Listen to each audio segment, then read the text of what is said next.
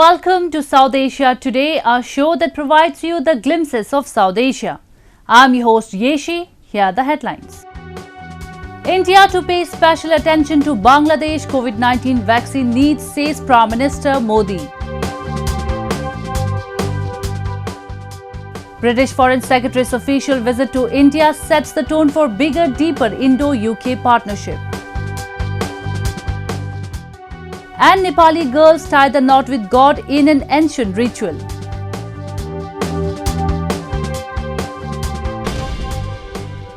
Let's begin the show. Indian Prime Minister Narendra Modi has assured its eastern neighbour Bangladesh of 30 million COVID vaccine doses. The announcement came in the backdrop of India-Bangladesh virtual summit held next day of the latter's Golden Jubilee celebrations of the 1971 Liberation War.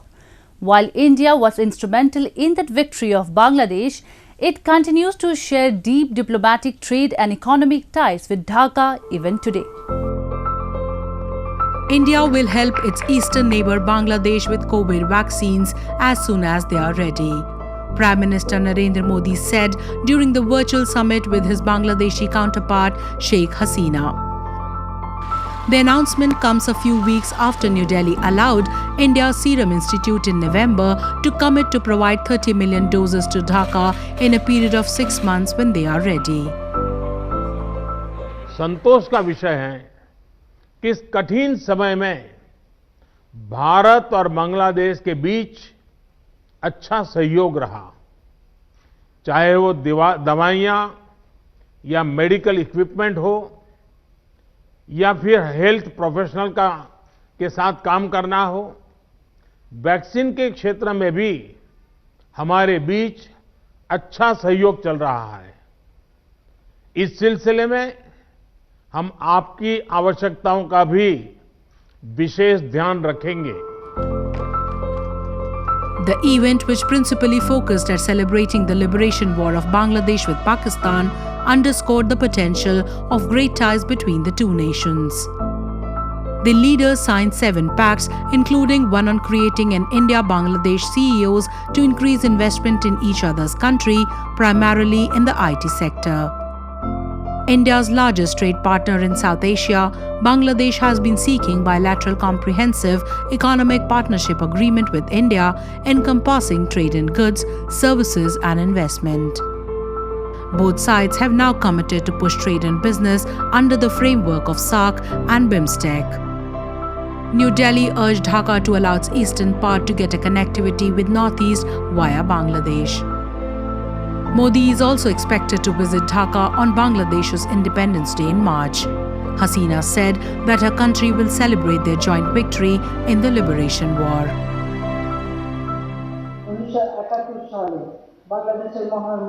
We have chalked out joint programs throughout the coming year in cities worldwide to commemorate our inseparable linkages in Bangladesh's Liberation War of 1971.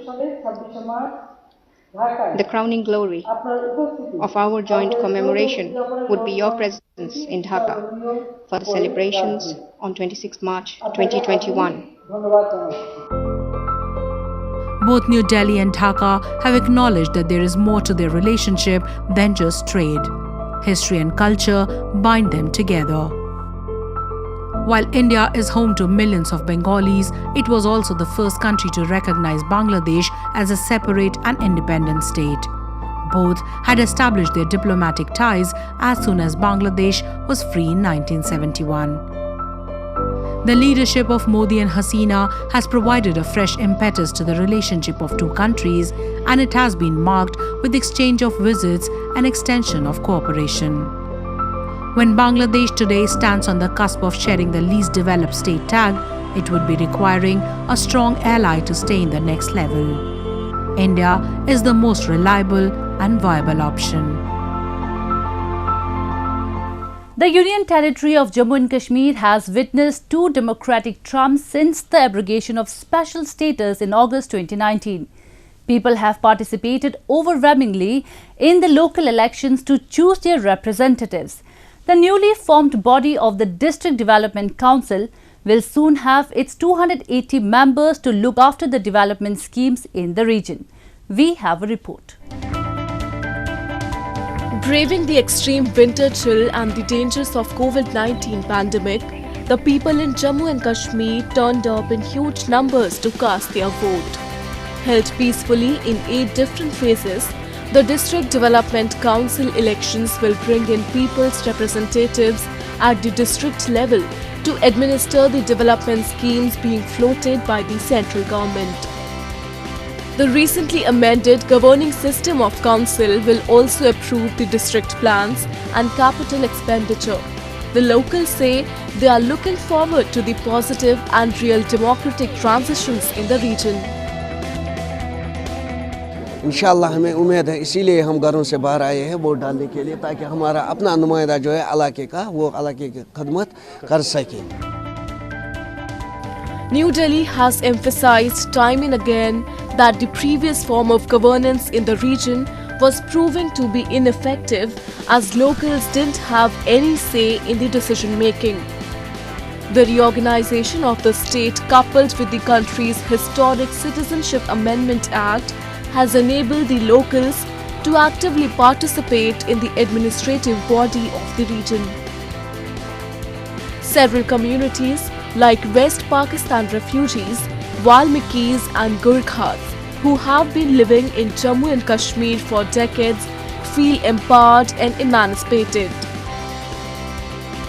Many Kashmiri youth who were misled by Pakistan's secret services towards militancy also contested elections after they were rehabilitated by the Government of India to be a part of the mainstream.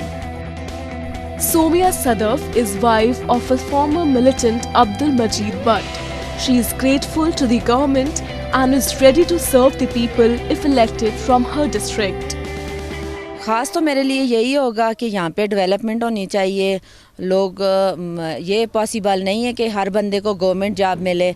अपने छोटे से छोटे unit लगा के कारोबार करें, अपना business करें और इसकी जो है तो अपने इलाके की तरक्की की तरफ तो गामिज़ान रहें. DDC elections have not only consolidated the fact that democracy is thriving in Union territory, but have also busted the lies of Pakistan, which rakes up Kashmir at any and every possible opportunity. People of Jammu and Kashmir have embraced the democratic system of the country just like other parts of the country. And as opposed to Islamabad's rhetoric, New Delhi's approval rating is taking giant leads among Kashmiris. Now we take a look at some happenings in Asia in our segment called Asia Watch. China's value-added industrial output, an important economic indicator, rose by 7% year-on-year in November, according to data released by National Bureau of Statistics. The industrial output indicator slightly increased from 6.9% in October, said Fu Linghui, spokesman for the NBS at a press conference in Beijing. In November, the value added of state-owned companies rose 5.9% year-on-year, while of private companies expanded 6.8%. The value added of the mining industry rose 2%, the manufacturing industry increased 7.7%, and the electricity, heat, gas and water production and supply industries expanded 5.4%, all year-on-year increases. The value-added industrial output measures the activity of designated large enterprises with an annual business turnover of at least 20 million yuan. A mask shop in Tokyo has come up with a new take on the theme of facial camouflage, a hyper-realistic mask that models a stranger's features in 3 dimensions. Shuhei Okawara's mask won't protect you or others against the virus, but they will lend you the exact appearance of an unidentified Japanese adult whose features have been printed onto them. Okawara owns a shop that typically makes masks for parties and theatrical performances, and he has bought the faces of real people for 40,000 yen each to make a hyper-realistic face mask. He launched the project in mid-October via his homepage and social media. It calls on people to send in their photos. He then scanned the actual faces to create the mask, which are selling at $948 each. Okawara said he is expecting customers ranging from art collectors to people who like to dress up. He plans to sell the mask beginning early next year and said inquiries suggest there will be strong demand. China's Chang'e 5 mission is hailed as a complete success, with its returner landing in North China's Inner Mongolia Autonomous Region, making mankind's first attempt to retrieve samples from the moon in a span of 44 years.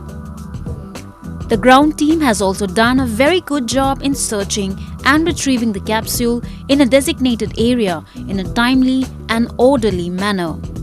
The Beijing Aerospace Control Center was echoed with celebrations and excitement. Chinese engineers and scientists cheered to take photos to remember this historic moment. The 10 years of effort has finally paid off.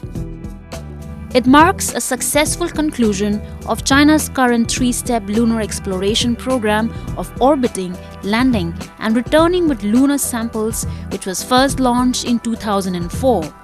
The capsule will be brought back to Beijing and the lunar samples will be handed over to scientists who are eager to conduct scientific research with it. Chang'e 5 is one of the most complicated and challenging missions in China's aerospace history. The probe, comprising an orbiter, a lander, an exsender, and a returner, was launched on November 24, and its lander-exsender combination touched down on the node of the Mons Rumca in Oceanus Procellarum, also known as the Ocean of Storms, on the near side of the Moon on December 1st. With the solid experience gained from this mission, China plans to conduct more lunar sample missions as well as manned lunar missions and build a scientific station on the Moon in the coming years. Moving on, Prime Minister of United Kingdom Boris Johnson will visit India next month. He will not just be the chief guest for India's Republic Day, but his focus would be to reset the ties between the two. Observers say the United Kingdom requires more allies, especially after detaching itself completely from the European Union. It finds India a perfect partner in the Indo-Pacific. The two countries are already mulling an overhaul in the ties with key focus on defence and trade. Country's Foreign Secretary Dominic Raab recently visited India to set the tone for long and comprehensive talks between the two sides. British Foreign Secretary Dominic Raab's 4-day official visit to India wasn't an ordinary tour. It has set the tone for a fresh direction in the India-UK ties. Both New Delhi and London are already mulling upgrading their defence and trade ties, and observers say that this could be time when both decide to commit for longer and deeper partnerships through written agreements. British Prime Minister Boris Johnson is set to visit New Delhi in January. Apart from being the chief guest on the occasion of India's Republic Day, Johnson will also be laying out several domestic and international proposals, including his country's brainchild of expanding G7 into D10. Prime Minister Johnson has Secretary Raab said the two countries also wanted to work together on defence and security issues. Second, we're committed to building a stronger defence and security partnership with our Indian friends. That will help us tackle shared issues of concern, whether it's terrorism, maritime security, including things like piracy in the Western Indian Ocean. It will also help us to respond to the new challenges, the emerging challenges, like space and cybersecurity. And we want to work together to ensure our telecoms networks, our 5G networks, are more secure and resilient. Market observers say that both India and the United Kingdom need each other for their global as well as regional aspirations. India, which pulled out the Regional Comprehensive Economic Partnership and Asia-Pacific Free Trade Agreement last year due to apprehension over China's access to its markets, is looking for beyond Asia and towards economically stable nations. Britain is also seeking fresh deals, having cited the freedom to strike bilateral agreements as a benefit of leaving the EU. Earlier this year, New Delhi had said the country was open to engage with Britain on a preferential trade agreement. ultimately leading to a free trade agreement. It is important that India and UK strengthen their collaboration to hasten their post-COVID economic recovery. This has many facets, including promoting greater trade and investment, fostering innovation, and facilitating the flow of talent. Britain is also backing New Delhi to be part of large democratic economies under the umbrella of D10, which, if materializes, will add India, South Korea, and Australia to the expansion of G7. The political observers have said that the grouping will also aim to create alternative suppliers of 5G equipment and other technologies to avoid relying on China. Apart from this, the UK has also shown interest in being part of the Quad, which it says is a real and sustainable challenge to the growing dominance of China. The UK Foreign Secretary Dominic Raab met Prime Minister Narendra Modi to discuss various facets of our strategic partnership. Along with that, the officials also discussed a slew of possibilities regarding COVID-19 response between both the countries, including developing virtual hub to deliver vaccines for coronavirus and other deadly viruses. The traditional rituals of Nepal give one an insight into the rich cultural essence that is celebrated with colors and enthusiasm in a lively environment. These also showcase the regional and cultural diversity, which holds great importance for Nepalese people. Today, we show you one of the most unique rituals of Nepal, Ihi or Bel Bibha, celebrated by the Newari community in the Himalayan nation. Have a look. Donned in red and gold brocade bridal dresses, these little girls from Newar community took part in the Bel Bibha, a marriage ceremony in which girls are married to wood apple as part of a centuries-old tradition. Before entering their adolescent age, girls take part in the festival. It is a ceremony of immense social and religious significance to the members of Newar community. On the occasion, family members and friends bring the bride to the groom's house where few rituals are performed. It is believed that a Newar woman is not considered a widow even if her husband passes away later in life, since they would still be married to the Lord Vishnu and son. यो विशेष गरी यो 5 देखि 9 वर्षको बीचमा यो चाहिँ यो जुन यो bell हुन्छ नि त्यसलाई यो सुवर्ण कुमारको प्रतिमाको स्वरूप मानेर त्यो चाहिँ 5 देखि यो 9 वर्षको बीचमा यो कन्यादान गरिन्छ. This ritual has been in practice for hundreds of years, and Newars in general practice monogamy.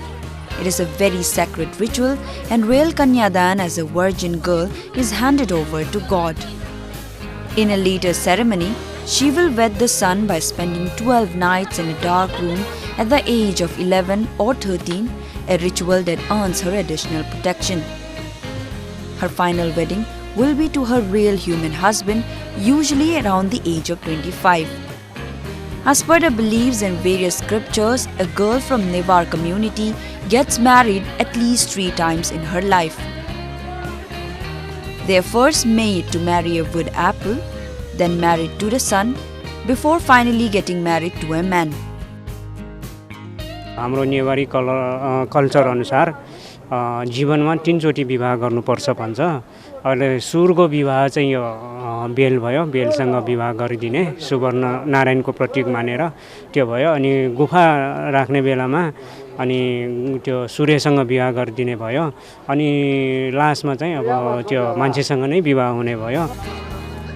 Bel Bibha is a tradition that empowers Newar women and gives them some kind of liberation from the social stigmas attached to marriage, divorce and widowhood. It's time for me to wrap up today's episode. We will be back next week at the same time. This is Yeshi signing off on behalf of the entire production team of South Asia Today. Goodbye and take care.